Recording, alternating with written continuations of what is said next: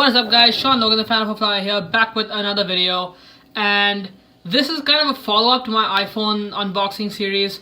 In late 2017, I unboxed for you guys the iPhone 8, which is the one I got, which I'm currently filming this on, and also the iPhone 10.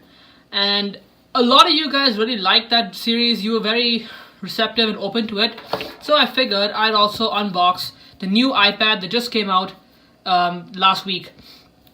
So this is the 6th generation iPad. Basically, Apple has kind of eliminated the iPad Air from their lineup. They've streamlined it so that all they have in their product mix is iPad Pro, this iPad, and the iPad Mini. That's pretty much all. You can still buy the iPad Air 2 on Apple's site if you get the certified refurbished version.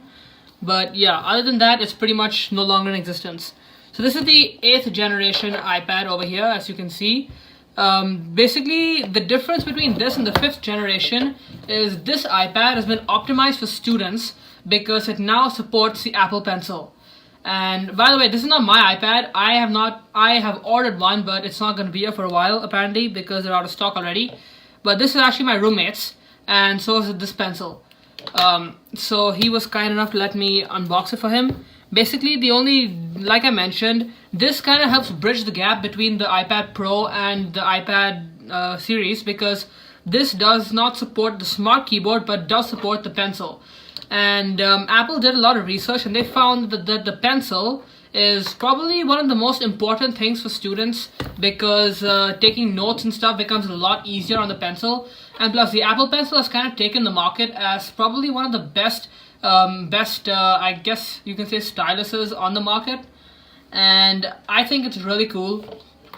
So yeah, however, while it does not support Apple's smart keyboard, it does support a vast array of third-party Bluetooth keyboards, such as the Logitech has made a case for this thing, a Snap-on, which has a keyboard built in, and basically things like that. So it is thinner than the iPad Pro.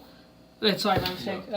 It is slightly thicker than the iPad Pro by a little bit. It's actually as thick as the first iPad Air, which is pretty good. But other than that, it still has Touch ID. It still has everything else.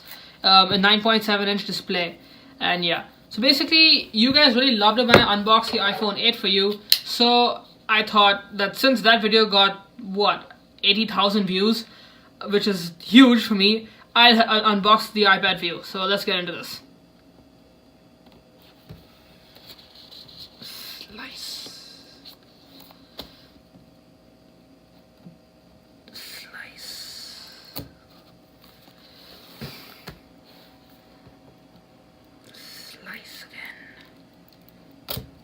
Whoa, that went deep. Alright. So there goes our plastic friend. Goodbye. Alright. Now, whenever you're ready. It's a bit stubborn, isn't it? Come on, don't be shy. Whoa. Okay. So this is the box. This is it. I'm just gonna turn the light a bit away. Yes, this is the iPad. Looks pretty nice. It comes in this pretty dope plastic protector case thing. This looks like the iPad Air with Touch ID aesthetically. Even from the back, it's got the camera size about the same. It's got the mic over here. It's got the Apple logo and the FCC information. Wait, why is the FCC information there? Thought they would have taken that out, no? Because in the iPhone over here, on the iPhone 8. Well, actually the iPhone 6s and later, they removed the FCC branding from underneath there because it looked a bit bad. And they've eliminated this altogether on the iPhone 8 and iPhone 10. So, yeah. I don't know why they did that. So we're going to set this off to the side for a second. And we're going to dwell with what else is in the box. So you get this, your standard lightning friend over here. Nice boxed up. And you also get over here, this is, I believe, the more powerful charging brick. Anyway, so basically, yeah, you get this this charging brick, which is about the same size as which is at the same speed as the other ones, as I'm now told. Alright, so in here, let's see what you get. Let me pull it out here, I suppose. Okay, so you get a Buen vue sur votre nouveau iPad. This is French. This is, I think it's Spanish. And here's our English friend. So, sleep wake button. This basically goes over the functionality of the device itself. Then you've got your regulatory information over here in a vicious assortment of languages. And everyone's favorite Apple stickers. Woohoo! Yay! More for the collection. Anyway, so I'm just gonna put all this back inside. Can I have an Apple sticker? Yeah. And now we're gonna get into the main star of the show, the iPad. So just gonna peel off our plastic guy over here. Wow, that sounded loud and aggressive. So I'm gonna move that sleeve over to one side, and here is the iPad on its own. And this is the same 9.7-inch display that's been on the iPad for pretty much ever at this point. On this size. So yeah, now we're just gonna boot it up. Will it turn on? Yeah, it turns on. So yeah, because this is the black color, it does have the black screen with the white Apple logo. Depending on the color you get, it'll either be a black Apple logo with a white background. But yeah, so we're just gonna wait for this thing to boot up. And I can set it up. Okay, one sec. Alright, so here we are at the splash screen. You set it up over here. English. Yeah, you can take over from here. Just Canada. Quick start. So, one sec. You have your iPhone? Because this is a quick start over here. Yeah, actually, let me just. Yeah, let's just do that. Okay, so basically, this is the same type of installation that I did on my iPhone when I got it. So, you kind of bring it close and it automatically sets everything up. So, continue. And, yeah, so basically, this is the same pairing friend we have. You just kind of scan it. And that's that. So now it's doing up, and it says over here finish on your iPad. So enter the passcode for your phone. Then I'm gonna take it away and do that. Alright, so data and privacy. Let's just take continue, I guess. Yeah. Now Touch ID. Let's do that a little later. Okay. Well, don't use for now, I suppose. Setting up your Apple ID. You may need your password for this. Alright, so just click OK there. Finish on iPad. Alright, so terms of agreement. Let's do that. Enable location, I suppose. Then we'll set up that later. Apple Pay. Might as well use Siri. Hey Siri.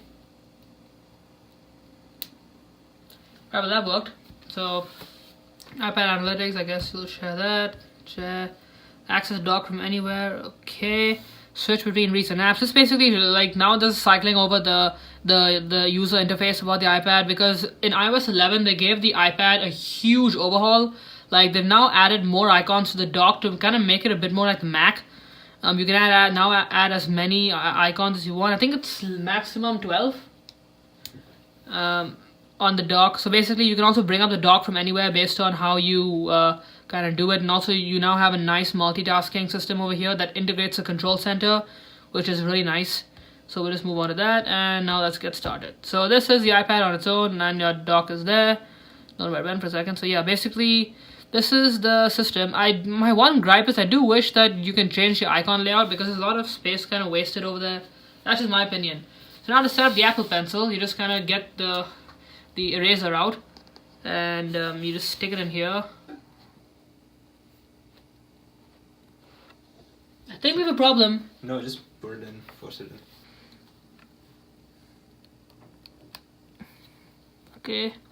We should be good. Yeah. It'll come up. Ah, okay. It is a bit tight, so you may wanna. Okay, that's it. Yeah. Done. So batteries are over there. Yep. Okay. So. Alright, so basically now the Apple Pencil is good to go. Just put the eraser back on. And now basically you can now cycle through your interface with the Apple Pencil. This is a really nice feature, and what's funny is that in one of the betas, Apple had axed the support for Apple Pencil like this, but they brought it back eventually. Basically, I think this is really nice, it's really handy. But now to demonstrate some of the system features, let's say I just want to play some dank music. I opened some Apple Music. Okay, let's just play some YouTube. I got download everything. Alright, fine. So pretend I'm playing some YouTube, and now all of a sudden I want to Google information about YouTube. I just kind of pull up the dock. You need to use the finger. Alright, fine. Gotta pull up the dock. Then I grab Safari. I just kind of like manipulate it over here, and then now I can search over here okay, U2. Alright, go. And now it's going to pull up some information about the band. And now if I want to access it in a more intuitive manner, I just kind of grab the grabby thing and kind of drag it over there. And now I have a more fluid interface with it. I can kind of customize the sizing, make music a bit smaller. Now I can get more information about the stuff I'm searching for. It also gives me suggested artists, things like that. Basically, also you swipe up all the way and that brings up your app switcher. So now the app switcher also integrates the split screen apps you had over here, which is really nice. So there you've got your music and your Safari over there and settings. So yeah, you've got your brightness controls, everything over here. And yeah, basically also now you can adjust what you want in your control center with iOS 11. Then what else? You can also add as many apps as you want into your dock. I'm just gonna add some over here. I'm just gonna put some TV in there, and also podcasts. Wait, what just happened? Also podcasts. Just basically you can put whatever in there, and even when you rotate it into portrait, it still reflects your layout, which is a really good feature. And also your recent or suggested app is gonna be over in this corner over here. I think you can drag it out. Oh no, you can't. I said that's super glued over there. Alright, so yeah, now before I close this out, there is something I should show you that's new with the Apple Pencil. You open it up, you just double tap over here, and you have access to your sketchpad. Well, this is actually in the Notes app, so to access all, you just click all notes and it takes you into the Notes app. And over here, yeah, you can do stuff. You can adjust your colors, and you can like pick whatever color you want. You can just kind of like draw little pictures around over here. So yeah, basically that is this iPad's story.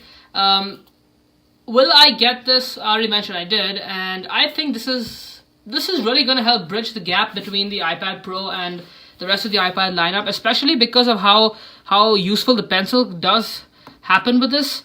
It's really nice to have the Pencil working with this, because when it comes to notes, I can see this in some situations probably replacing a computer for lectures. Don't get me wrong, there's some things that this cannot do which a computer can, make no mistake, but for simple everyday stuff that you would use a computer for, this can double in as a replacement. I can also see this being deployed in somewhere like a hospital, like because of the Pencil support, you can kind of interact with patient biometrics information, stuff like that. But again, that's just my theory. But in the end, it all boils down to what you want to do with this product, and I do think it is really good, and I can't wait to get mine. So special thanks to my friend Aditya for letting me unbox his iPad. And yeah, that's the end of the video. Click over here to subscribe. Click over here and here for my iPhone unboxings. And there's another video over here. And I'll see you guys in the next one.